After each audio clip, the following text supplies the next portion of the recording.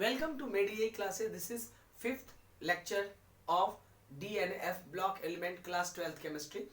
Previous lecture में हमने inner transition element का first series that is known as lanthanides के regarding हमने study किया था. lanthanides के important characteristics properties का study किया था.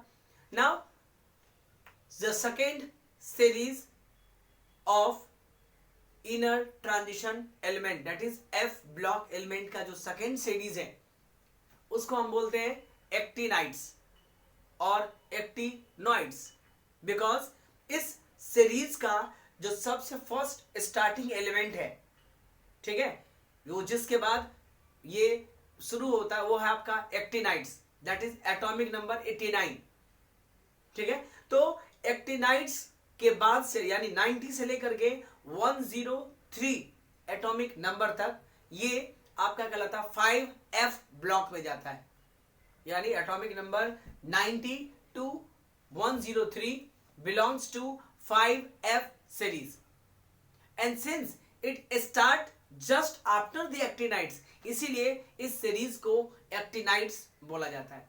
कभी कभी एक्टिनाइड्स को भी इसी F ब्लॉक में काउंट कर लिया जाता है बिकॉज एक्टिनाइड्स का जो प्रॉपर्टीज है वो और बाकी जो आपका 90 से लेके 103 तक एलिमेंट्स है वो उनके प्रॉपर्टीज बहुत ही सिमिलर होते हैं. दैट्स व्हाई कभी किसी बुक में ये भी लिखा होता है कि actinides and 14 element total 15 elements हैं, बट एक्चुअली होते हैं टोटल 14 एलिमेंट्स. एक्टिनाइड्स से मिलता जुलता प्रॉपर्टी है. That's why it is all, यानी इस जो 5F ब्लॉक एलिमेंट है उस सब को एक्टिनाइड्स बोला जाता है. ठीक है, सो स्टार्ट करते हैं एक्टिनाइड से या एक्टिनॉइड से. देखिए, एक्टिनाइड्स भी बोलते हैं, एक्टिनॉइड्स भी बोलते हैं और इसी को एक्टिनॉइड्स भी बोलते हैं. ठीक है, सब इसी का नाम है. सो 14 element after the actinides in group in period number 7, in 7th period. So 14 element after the actinides.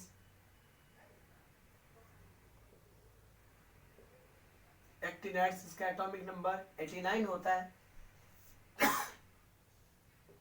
In period 7 is known as actinides और एक्टिनोड्स एंड नॉइड्स और एक्टिनोड्स जो आप बोलो. ठीक है, तो ये 14 एलिमेंट ही बेसिकली आपके एक्टिनाइड से बिलोंग करता है और ये 5F सीरीज को यानी 5F 4F में लेंथेनाइड्स होते हैं. 4F1 4F2 ये सारे लेंथेनाइड्स हैं और 5F जो सीरीज है वो आपका एक्टिनाइड सीरीज है. Okay, is called actinides. It form 5F series, यानी 5F वाले जितने भी एलिमेंट्स हैं वो सारे के सारे आपके एक्टिनाइड से बिलोंग करता है. Outer electronic configuration, outer electronic configuration कितना होता है? Outer electronic configuration of actinides जो होता है वो होता है आपका 4, यानी रेडन in terms of inert gas, रेडन 5F1 to 14. Okay, 6D1 to 0 to 2 and 7S2. This is the outer electronic configuration. इसमें 5 यानी जो डी और एफ सबसेल है उसकी एनर्जी बहुत सिमिलर होता है, इसीलिए कई बार ये प्रॉब्लम होता है कि लास्ट इलेक्ट्रॉन डी में गया है या एफ में गया है। So the energy level of D and F are very close to each other. Okay, now ये जो आपके एक्टिनाइड्स ग्रुप है इसमें कहां से स्टार्ट होता है एलिमेंट? सो 14 एलिमेंट्स में आपका आता है फ्रॉम थोरियम, जिसका एटॉमिक नंबर 90 होता है। थोरियम से लेकर के और आपका लॉरेंसियम तक, जिसका एटॉमिक नंबर 103 होता है। फ्रॉम थोरियम टू लॉरेंसियम, ये जो 103 एलिमेंट है ये सारे के सारे 7th पीरियड से ही बिलोंग करता है, और ये सारे के सारे एक ही ग्रुप से बिलोंग करता है, वो है group number 3rd। So 14 element from what belongs to 3rd group, सारे के सारे एक ही ग्रुप में लाई करता है, और पीरियड भी एक ही है 7। ओके, नाउ यूरेनियम के बाद वाले जो एलिमेंट्स हैं, अभी तक टोटल 118 एलिमेंट्स पता है, तो यूरेनियम के बाद वाले जितने भी एलिमेंट्स हैं वो सारे के सारे आर्टिफिशियल बनाए गए हैं या आर्टिफिशियली बनाए जाते हैं। इसीलिए यूरेनियम के बाद वाले जितने भी एलिमेंट्स हैं उसको हम ट्रांस यूरेनिक एलिमेंट बोलते हैं, बिकॉज ये सारे के सारे मैनमेड है और ये सारे यूरेनियम के जस्ट बाद से स्टार्ट होता है। That's why it is known as transuranic. इसका मतलब हुआ कि एफ ब्लॉक में ट्रांस यूरेनिक एलिमेंट भी है। ऐसा नहीं कि 103 पे खत्म हो गया तो 104 नहीं होगा, 104 भी ट्रांस यूरेनिक है। ठीक है, इसी से स्टार्ट होता है, that is thorium. So most of them are artificially prepared, most of them are artificially prepared. It is most of them artificially prepared and short lived. बहुत कम टाइम में एग्जिस्ट, रेडियो एक्टिव होते हैं ये। Mostly जो elements हैं वो आपका radio active elements होते हैं जो ऑटोमेटिकली लाइट एमिट करता है। ठीक है, इसीलिए इसका लाइफ टाइम, लाइफ स्पैन जो होता है वो काफी कम होते हैं, और ये सारे के सारे रेडियो एक्टिव एलिमेंट्स हैं। All are radioactive elements, जितने भी बीच में लाई कर रहा है वो सारे के सारे रेडियो एक्टिव एलिमेंट्स हैं। They are radioactive, so they are radioactive, ये सारे के सारे रेडियो एक्टिव है। And the element after uranium जो आर्टिफिशियली बनाया जाता है, so the element after uranium which is artificially prepared is known as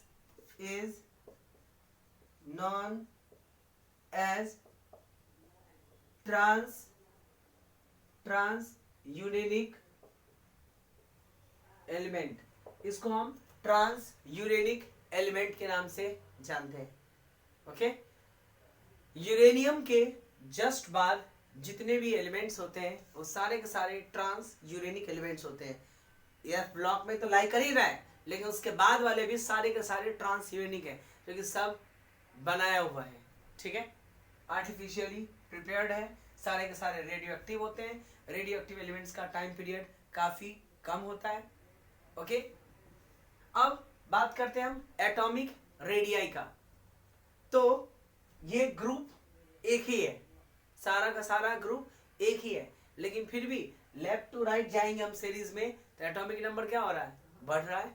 और एटॉमिक नंबर बढ़ता है तो उसका जो साइज है वो धीरे धीरे आपका छोटा हो जाता है, होता जाता है। यानी इन actinides when we move along the series size decreases, और साइज डिक्रीज होता है तो लेंथेनाइड में जब साइज डिक्रीज हो रहा था तो उसको हम बोलते थे लेंथेनाइड कॉन्ट्रैक्शन। इसमें साइज डिक्रीज होता है तो इसको हम एक्टिनाइड कॉन्ट्रैक्शन बोलते हैं। ठीक है, so from left to right in actinide series atomic and ionic both decreases from left to right. So in actinides series both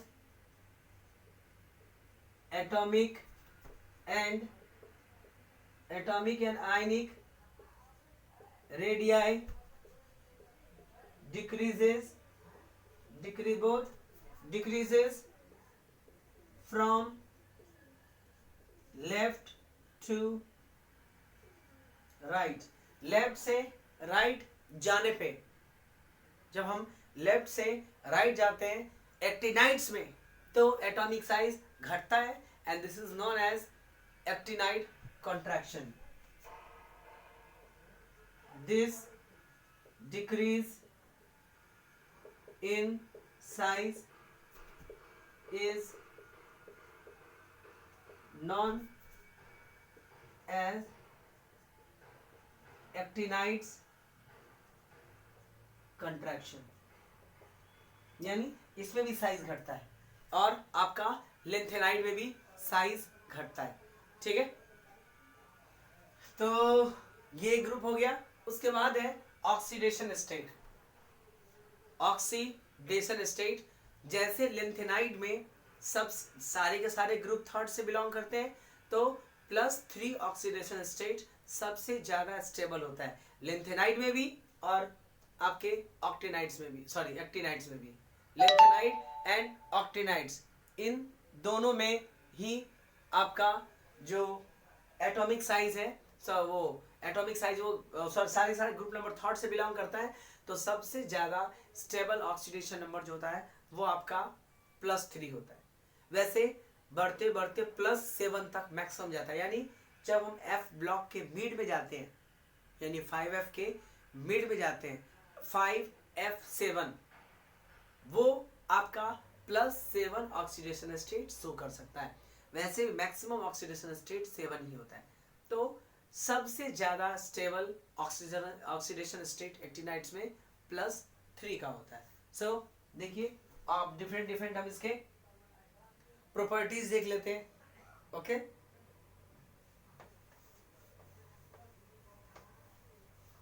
oxidation state और फिर वो सारे इसके प्रॉपर्टीज में भी आ जाते हैं।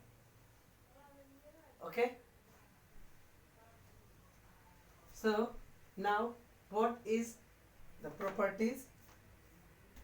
से पहले ऑक्सीडेशन स्टेट देख लेते हैं। Oxidation state +3 oxidation state is the stable oxidation, common oxidation state बोलते हैं। Okay, so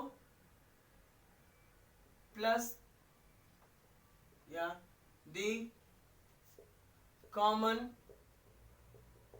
oxidation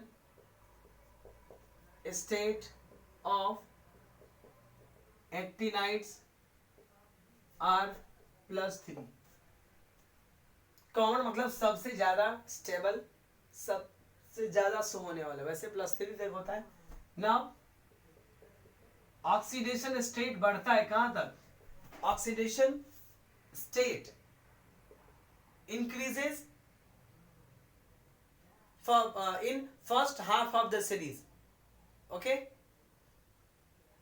oxidation state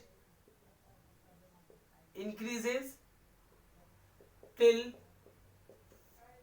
first half of series।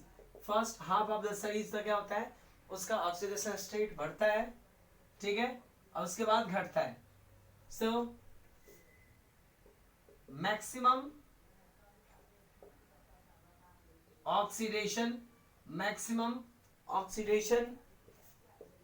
state is what maximum oxidation +7 maximum oxidation state show कर सकता है। इसके अलावा +4 +5 +6 ये सारे भी वो आपका शो करता है।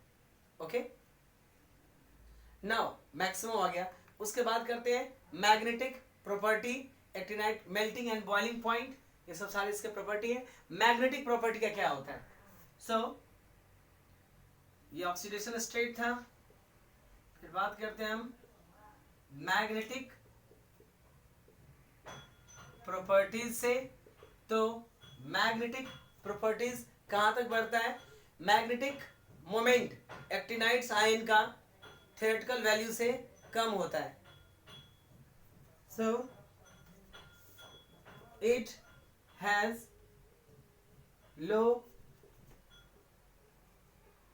मैग्नेटिक मोमेंट, यानी जो थ्योरेटिकल वैल्यू होता है उससे भी आपका मैग्नेटिक मोमेंट इसका कम होते हैं। बात करते हैं मेल्टिंग एंड बॉइलिंग पॉइंट्स का। तो मेल्टिंग एंड बॉइलिंग पॉइंट्स का वैल्यू हाई होता है, ठीक है।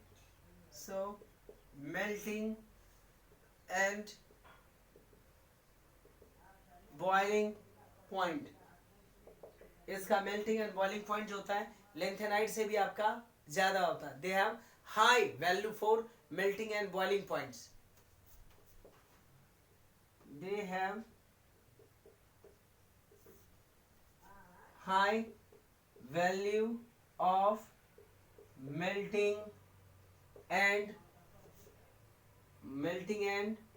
Boiling point. लेकिन प्रॉब्लम इसमें भी वही है कि ये रेगुलर नहीं होता है, यानी ऐसा नहीं है कि चलो स्टार्टिंग से लेफ्ट टू राइट जाते हैं तो मेल्टिंग पॉइंट जनरली बढ़ता है। तो ऐसा नहीं कि कंटिन्यूसली इंक्रीज करता है, बीच में ऐसे भी टर्म्स आते हैं हाफ फील्ड फुल फील्ड वाले में जहां मेल्टिंग पॉइंट चेंज होता है, but does not follow regular trends का फॉर्मेशन नहीं करता। मतलब हुआ कि left to right melting boiling point बढ़ रहा है तो कंटिन्यूसली नहीं बढ़ेगा, बीच में जहां पे हाफ फील्ड वाला आता है उसमें राइट साइड वाला का मेल्टिंग पॉइंट कम, लेफ्ट साइड वाले का मेल्टिंग पॉइंट ज्यादा। यानी बीच में कुछ एलिमेंट्स ऐसे होते हैं जिनका मेल्टिंग बॉइलिंग पॉइंट ट्रेंड से बिल्कुल ठीक उल्टा होता है, इसीलिए बोलते हैं it does not follow the main trends की यही होगा, ऐसा नहीं है। लेकिन generally left to right melting point जो था वो आपका बढ़ता है इन सीरीज, ठीक है। बता reducing character, so reducing characteristics बढ़ता है, ठीक है। Why? Strong reducing agent, they are strong reducing, they are strong reducing element, okay, they are strong reducing agent. Why? Because it has जो स्टैंडर्ड सेल रिडक्शन पोटेंशियल होता है ना, इसका value आपका 2 होता है। Value approximately not, value is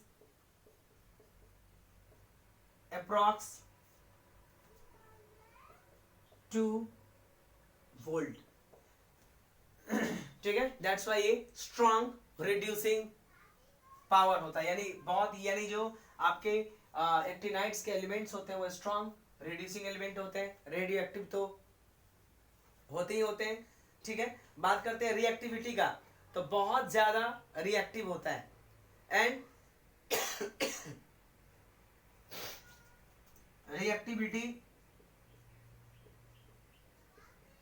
reactivity so they have high reactivity, और वो इजिली ऑक्सीजन और हेलोजन के साथ में कंबाइन कर लेता है। They are very high reactive in nature, nature में ये बहुत हाई रिएक्टिव होता है। And it easily combines with oxygen and halogen.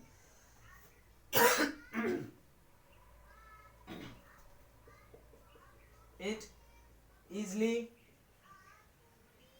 combines with oxygen and halogen. जैसे कि लेंथेनाइट करता है, लेंथेनाइट भी बहुत ज्यादा रिएक्टिव होता है, ये इजिली कंबाइन कर लेता है. तो ये था आपका रिएक्टिविटी. बात करते हैं कलर्ड का. तो एक्टिनाइट्स आयन कलर्ड होता है. क्यों? बिकॉज एफ ऑर्बिटल में अनपेयर्ड इलेक्ट्रॉन है. पहले बताया कि जिसमें भी एफ और डी में बहुत सारे अनपेयर्ड इलेक्ट्रॉन होते हैं, बिकॉज उसका रखने का कैपेसिटी ज्यादा है. तो F block element, D block element mostly आपका कलर्ड होता है. सो एफ ब्लॉक एलिमेंट यानी कलरफुल की बात करो, ऑक्सीडेशन स्टेट हो गया, magnetic property, melting and boiling point, reducing property, reactivity. अब आते हैं हम कलर्ड फॉर्मेशन की बात करिए.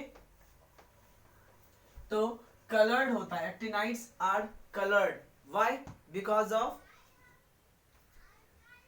Unpaired electron in f orbitals. So colored ions, actinides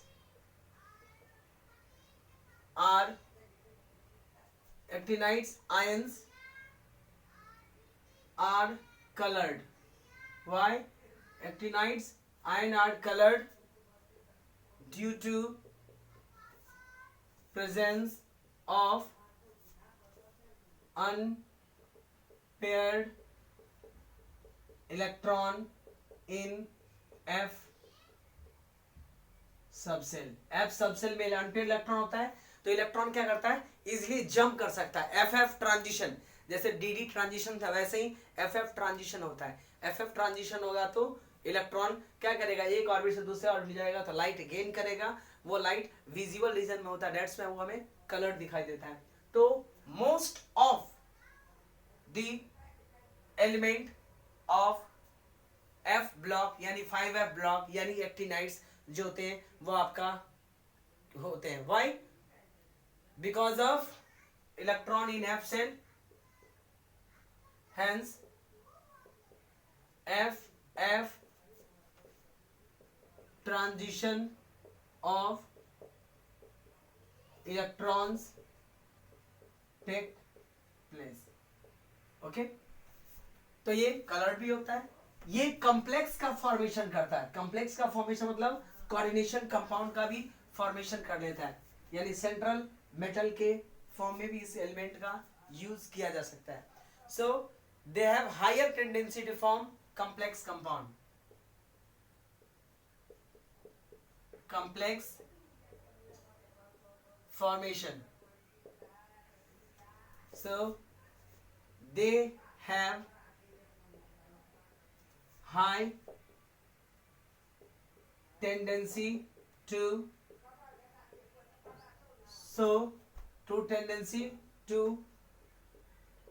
form complex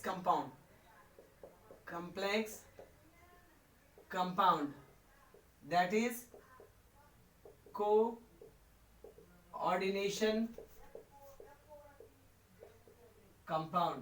वैसे इसमें डबल सॉल्ट भी आ जाता है. ठीक है, तो बहुत हाई फॉर्मेशन होता है, ये इजिली फॉर्म कर लेता है आपका कॉम्प्लेक्स का. ओके, मेल्टिंग पॉइंट हो गया. डेंसिटी का वैल्यू करें तो लेफ्ट टू राइट डेंसिटी बढ़ता है. ओके, सो डेंसिटी अब इसी बात है, लेफ्ट टू राइट जाते हैं तो साइज घटता है, तो डेंसिटी क्या होता है आपका, बढ़ता है. लेकिन रेगुलर ट्रेंड्स फॉलो नहीं करता है. Density, the value of density varies. The value of density varies from 7 ग्राम पर cm cube two 19.84 gram, but it does not follow the again it does not follow the regular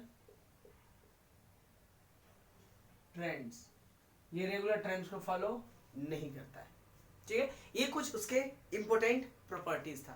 अब हम देखते हैं comparison lanthanides और actinides के बीच में comparison कि कौन से किसका रिएक्टिविटी ज्यादा है, किसका डेंसिटी ज्यादा है, किसका कंपाउंड्स ज्यादा कंपाउंड्स का फॉर्मेशन करता है। So we will see the last topic is comparison between lanthanides and actinides. Okay, ये पार्ट हो गया।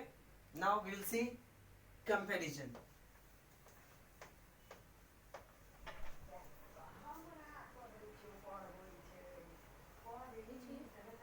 Comparison, okay,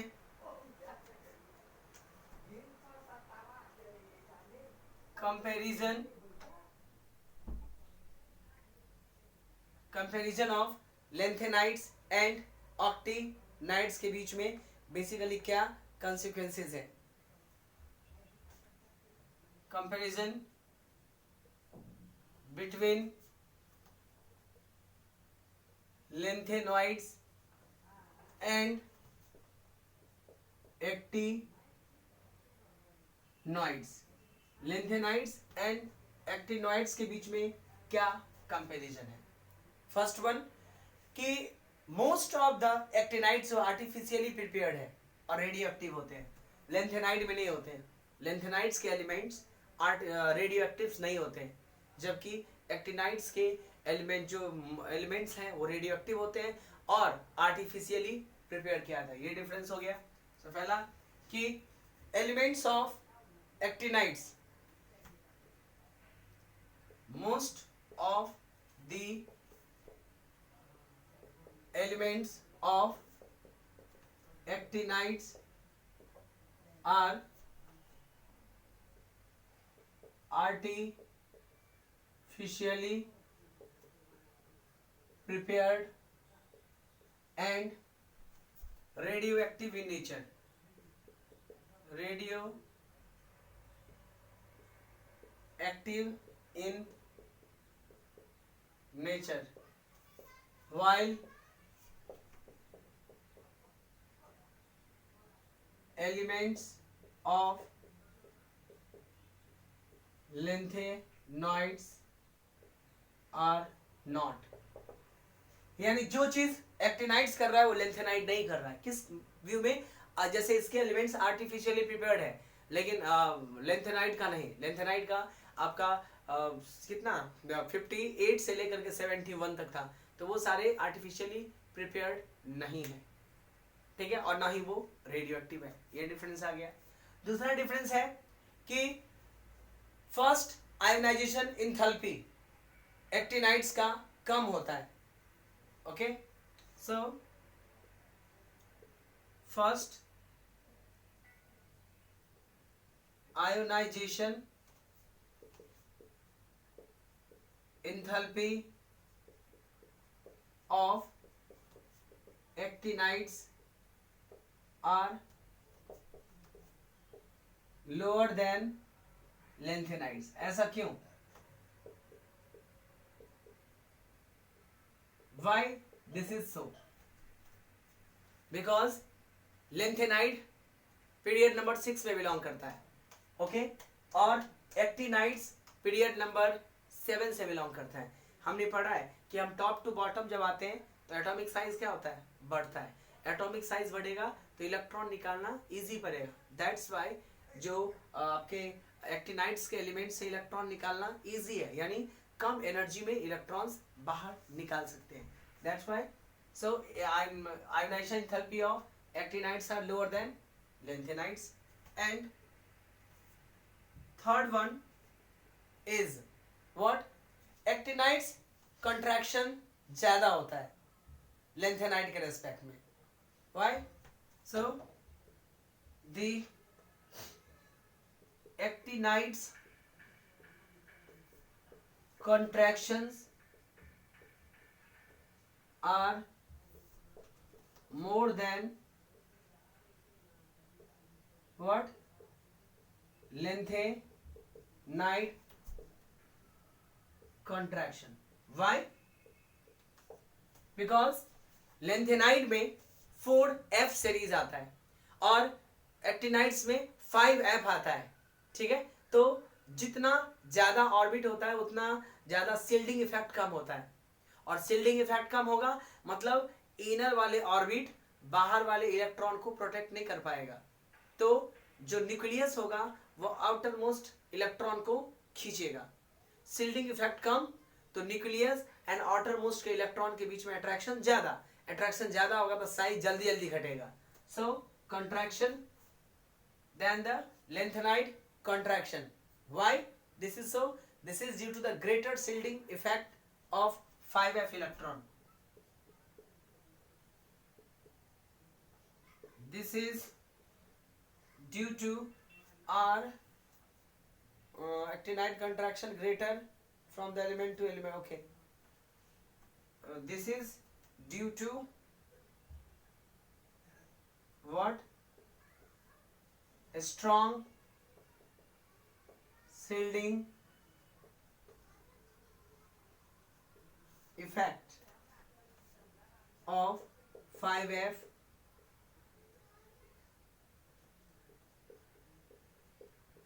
electron. ठीक है, 5F इलेक्ट्रॉन का ग्रेटर शिल्डिंग इफेक्ट होता है 5F इलेक्ट्रॉन का. दैट्स व्हाई लेंथेनाइड कंट्रैक्शन जो होते हैं वो आपके एक्टिनाइड्स के कंट्रैक्शन और एक्टिनाइड का कंट्रैक्शन लेंथेनाइड के कंट्रैक्शन से आपका ज्यादा होता है. तो लेंथेनाइड 4F सीरीज हो गया एंड ये जो आपका एक्टिनाइड्स है वो आपका 5F सीरीज हो गया. अभी तक जितने एलिमेंट्स अपने पास अवेलेबल है उसमें 6F नहीं गया है. ठीक है, 6F एलिमेंट नहीं है. ऐसा नहीं कि फ्यूचर में नहीं होगा, फ्यूचर में डेवलप होगा तो 6F भी जा सकता है, 7F भी जा सकता है, डिपेंड करता है वो कब डिस्कवर होगा. तो अभी तक जितने एलिमेंट है वो 6F में कंप्लीट हो जाता है. इनफैक्ट जो अपना 7th पीरियड है वो अभी इनकम्प्लीट है. इनफैक्ट उसमें 32 हो सकते हैं लेकिन ऑलमोस्ट 19 एलिमेंट्स ही अवेलेबल हैं, अभी भी वो इनकम्प्लीट है. ठीक है, पीरियोडिक टेबल में जो आपका 6th और 7th पीरियड होता है उसको लॉन्गेस्ट पीरियड बोला जाता है. जो फर्स्ट पीरियड होता है उसको शॉर्टेस्ट पीरियड बोला जाता है. सेकेंड एंड थर्ड को शॉर्ट पीरियड बोलते हैं. फोर्थ एंड फिफ्थ को लॉन्ग पीरियड बोलते हैं. इस टाइप से होता था. अभी तक ये जो पोर्शन है वो आपका इनकम्प्लीट है. तो इसके साथ ही लेंथेनाइड्स, एक्टिनाइड्स यानी डी ब्लॉक एलिमेंट्स का जितने भी टॉपिक्स थे वो कम. वैसे इसका कोई लिमिटेशंस नहीं है, अब हम हर एक एलिमेंट्स के रिगार्डिंग पढ़ सकते हैं. बट कॉम्पिटिटिव एग्जाम हो या आपका बोर्ड का एग्जाम बोर्ड का एग्जाम हो, ठीक है, इस सब ग्रुप से बहुत ज़्यादा कंपाउंड्स नहीं पूछे जाते हैं. ठीक है, और जो पूछे जाते हैं वो टू दी पॉइंट होते हैं. तो जितने पॉइंट्स लिखे उधर से बीच से ही निकाल करके MCQ का फॉर्मेशन हो जाता है. इसीलिए बोलते हैं कि D block, F block, P block, S block, इस सब जो टॉपिक को अगर आप कंपटीशन एग्जाम के लिए पढ़ते हैं तो एक एक लाइन अच्छे से पढ़िए. मतलब ऐसा नहीं कि जो पॉइंट इंपॉर्टेंट है उसको ध्यान से पढ़िए, यानी इससे बहुत ज़्यादा एक्स्ट्रा बाहर से कुछ होता नहीं है. ओके, तो ठीक है, ये चैप्टर यहाँ कंप्लीट होता है. मिलते हैं हम नेक्स्ट चैप्टर में. ओके.